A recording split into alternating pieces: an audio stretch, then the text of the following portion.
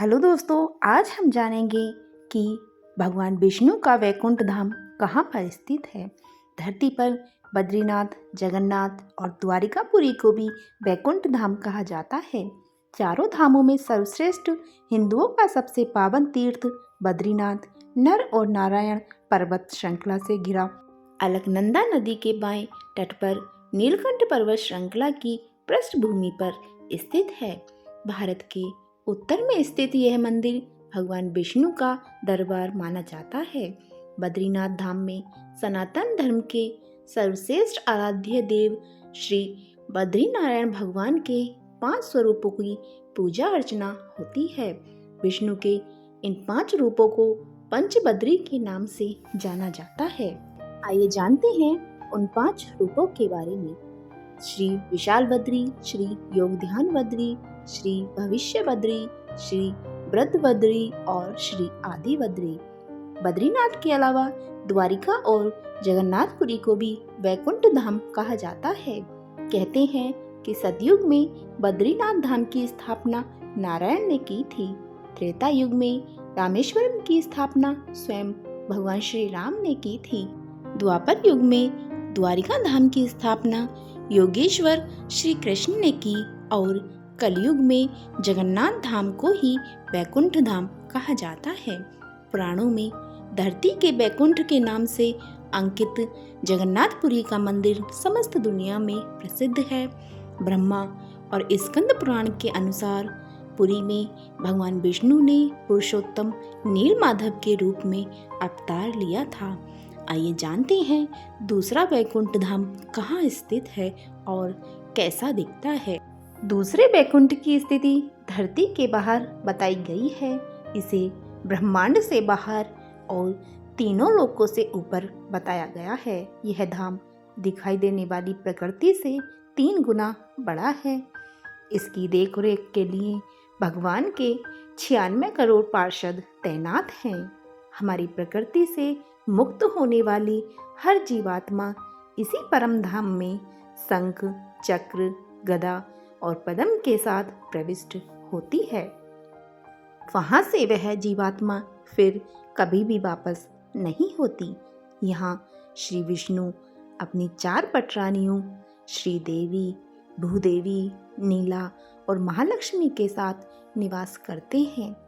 इसी वैकुंठ के बारे में कहा जाता है कि मरने के बाद विष्णु भक्त पुण्यात्माएं यहाँ पहुँच जाती हैं। पुराणों के अनुसार इस वैकुंठ की स्थिति हमारे ब्रह्मांड के परे है। जीवात्मा जब उस वैकुंठ की यात्रा करती है तो उसको विदा देने के लिए मार्ग में समय, प्रहर के देवता, दिवस के देवता, रात्रि के देवता, दिन के देवता, ग्रहों के देवता, नक्षत्रों के देवता, माह के देवता, मौसम के देवता, पक्ष के देवता, उत्तरायण और दक्षिणायन के देवता, सभी तलों के देवता, सभी 33 कोटि के देवता पहले उसे पुनः किसी योनि में ढकेलने का प्रयास करते हैं या वैकुंठ धाम जाने से रोकते हैं। लेकिन जो जीवात्मा प्रभु श्री कृष्ण अर्थात भगवान विष्णु की शरणागति होती है उसको ये सभी एक पाद विभूति के अंतिम सीमा तक जाते हैं और त्रिपाद विभूति के बाहर प्रभावित होने वाली विरजा नदी के तट पर छोड़ देते हैं। इसी एक पाद विभूति में हमारा संपूर्ण ब्रह्मांड और सारे लोग अवस्थित हैं। इस एक पाद विभूति की सीमा के बाद शुरू होता है वैकुंठ धाम, भगवान विष्णु का वैकुंठ धाम। पौराणिक मान्यता है कि इसी वैकुंठ धाम और एक पाद विभूति के मध्य विरजा नामक एक नदी बहती है। इसी नदी से ही त्रिपाद विभूति शुरू होती है जो वैकुंठ लोक है। मुक्त होने वाली जीवात्मा को जब सभी देवता विरजा नदी तक छोड़कर जाते हैं तब वह जीवात्मा नदी में डुबकी लगाकर उस पार चली जाती है। उस पार से पार्षदगण उसको सीधे श्री हरि विष्णु के पास ले जाते हैं। वहाँ वह उनके दर्शन करके परम आनंद को प्राप्त करता है। इस प्रकार त्रिपाद विभूति में ही वह जीवात्मा सदा के लिए स्थापित हो जाती है। पुराणों में इस बैकुंठ धाम का बड़ा ही रोचक चित्रण किया गया है। हे अर्जुन, अव्यक्त अक्षर इस नाम से कहा गया है। उसी अक्षर नामक अव्यक्त भाव को परम गति कहते हैं तथा श्री सनातन अव्यक्त भाव को प्राप्त होकर मनुष्य वापस नहीं आते, वह मेरा परम धाम है। गीता अध्याय 8 श्लोक 21 में स्वयं श्री कृष्ण ने अर्जुन को यह सब बताया है। आइए जानते हैं कहाँ है और कैसा है तीसरा वैकुंठ धाम। भगवान श्री कृष्ण ने द्वारिका के बाद एक और नगर बसाया था जिसे बैकुंठ कहा जाता है।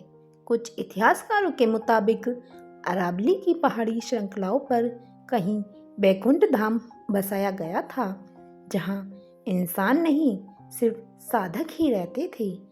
भारत की भौगोलिक संरचना में अरावली प्राचीनतम पर्वत है। भूशास्त्र के अनुसार भारत का सबसे प्राचीन पर्वत अरावली का पर्वत है। माना जाता है कि यहीं पर श्री कृष्ण ने बैकुंठ नाम की एक नगरी बसाई थी। राजस्थान में यह पहाड़ नेत्रीय दिशा में चलता हुआ ईशान दिशा में करीब दिल्ली तक पहुंचा है। अरावली या अरवली उत्तर भारतीय पर्वतमाला है। राजस्थान राज्य के पूर्वोत्तर क्षेत्र से गुजरती 560 किलोमीटर लंबी इस पर्वतमाला की कुछ चट्टानी पहाड़ियाँ दिल्ली के दक्षिण हिस्से तक चली गई हैं। अगर गुजरात के किनारे अर्बुद या माउंट आबू का पहाड़ उसका एक सिरा है, तो दिल्ली के पास की छोटी छोटी पहाड़ियाँ धीरज दूसरा सिरा है। बैकुंठ धाम के बारे में आपको ये जानकारी कैसी लगी कमेंट्स बॉक्स में ज़रूर बताइएगा। और अगर आप भी मेरी तरह श्री कृष्ण के सच्चे भक्त हैं तो प्लीज़ चैनल को सब्सक्राइब करें, वीडियो को लाइक करें। धन्यवाद।